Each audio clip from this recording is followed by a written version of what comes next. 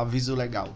O conteúdo desse vídeo é baseado na análise, interpretação e experiência do meteorologista previsor com as últimas previsões disponíveis dos modelos de previsão do tempo e clima. Qualquer uso da opinião expressa sobre as previsões do tempo e clima neste vídeo para a tomada de decisão de terceiros exime o meteorologista previsor da responsabilidade sobre a mesma. Analisem e usem as informações com cuidado. Então, pessoal, vamos dar uma olhada agora, na atualização da previsão de hoje. A gente vai ter algumas novidades aí já a partir da previsão do dia 15, que aí já pegaria mais a terceira semana operativa do mês de agosto.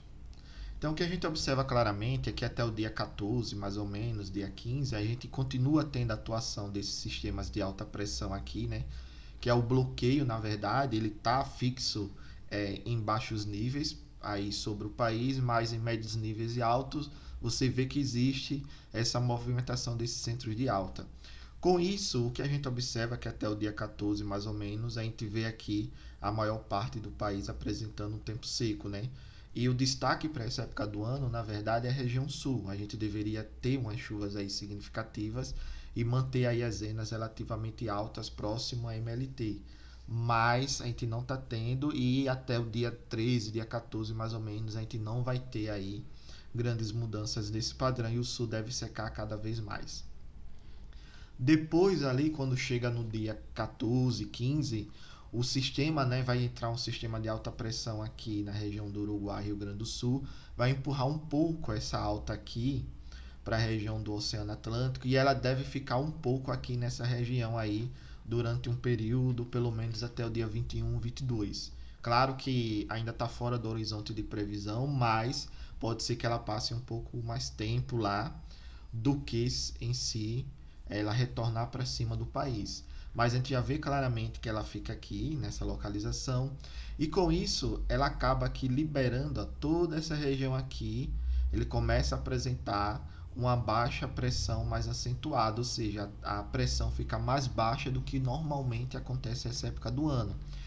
E isso vai facilitar a formação de sistemas frontais que podem atingir aqui a região sul. E a gente já vê que tem um aí a partir do dia 18, dia 19, Ele, na verdade, ele começa a partir do dia 14 e 15, e depois ele adentra ali e consegue chegar até São Paulo, principalmente na parte do litoral, e atinge um pouco a Bacia do Grande.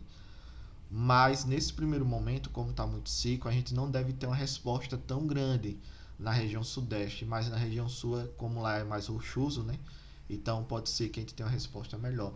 Então, a gente vê claramente que a gente tem aqui esse padrão aqui, de uma pressão mais baixa sobre a Argentina, Chile, aqui parte do Uruguai, Paraguai chegando até o Rio Grande do Sul, Santa Catarina, e aqui sobre o Atlântico, uma pressão mais alta que fica bem próximo à localização aqui dessa região de alta pressão. Então, até o dia 14 e 15 a gente não tem grandes mudanças. Depois aí, dia 14 e 15 a gente começa a ver a entrada dessa baixa pressão que empurra essa alta pressão que hoje está de bloqueio. Quando ela for empurrada, ela não vai ser mais de bloqueio, vai ser uma alta pressão normal para cima do Oceano Atlântico.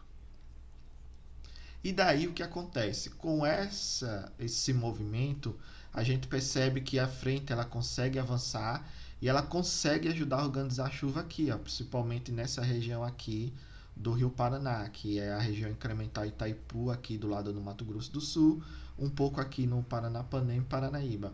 Mas isso só deve ocorrer lá depois do dia 16, dia 17, quando a gente olha os dados do modelo aí, GEFS.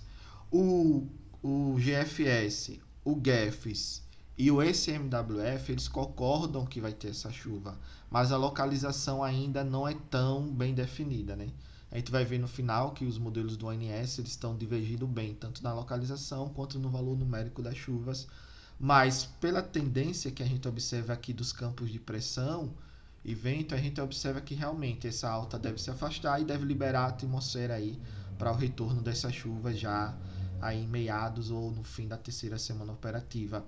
Mas pode ser que depois, claro que a gente vai ver aí ao longo da atualização nos próximos dias, essa alta ela acabe retornando. Por quê? Porque se você observar, ela não deixa de existir, ela não é destruída, ela simplesmente desloca por uma questão dinâmica, uma massa de ar empurrando a outra.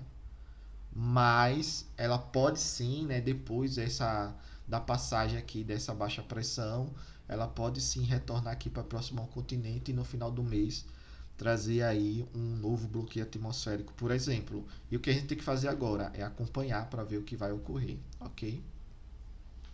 Uma outra questão também que eu venho sempre trazendo para vocês é o armazenamento de água no solo. Então a gente percebe que a gente já está aqui com armazenamentos chegando ao estado crítico na região sul, e a projeção para o dia 8 também é que a gente tem aí um estado crítico também aí na região sul, né? Então, se você observar, você está partindo aí de uma média de 40 e 50 para uma média aí de 30, 35 e 40 na maior parte da região sul.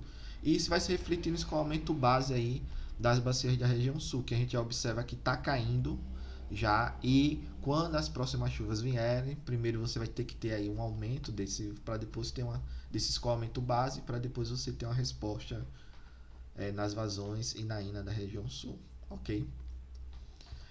Então, assim, quais são os destaques, né? A gente tem aí a atuação dessa alta e médios níveis da atmosfera e também em baixos níveis até aproximadamente o dia 14, dia 15. Alguns modelos mostram a possibilidade de formação de chuva no Uruguai entre os dias 14 e 18. Essa frente ela deve avançar e empurrar a alta para o Oceano Atlântico e liberar um pouco a atmosfera na região sul do país. E também observa-se já, alguns modelos mostram, né, a possibilidade de retornos aí das chuvas na região sul e parte do sudeste entre os dias 19 e 20 de agosto. E aqui está a observação aí dos modelos que o ONS trabalha, né? Ontem a gente tinha um sinal mais fraco aqui, tanto do SMWF na região sul como do GEFES, e o ETA está mostrando praticamente chuva nenhuma, né? A diferença é que o SMWF ele possui 51 ensembles, né? Então ele tem 51 cenários, ele faz a média e mostra esse padrão. Já o ETA ele tem 10 ensembles mais ou menos, e ele já não mostra esse padrão de chuva retornando. E o GEFES ele tem 21 cenários ensemble e mostra esse padrão.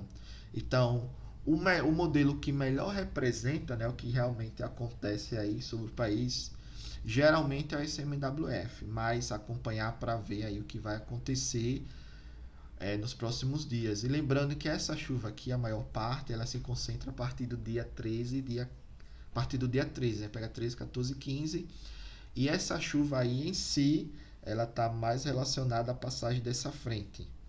E também ela estaria pegando mais a semana operativa 3, terceira semana operativa, do que em si a segunda. Então, para a próxima semana operativa, a gente não deve ter aí melhorias significativas nesses padrões. Ok? Obrigado, pessoal. Paz e bem. E até amanhã.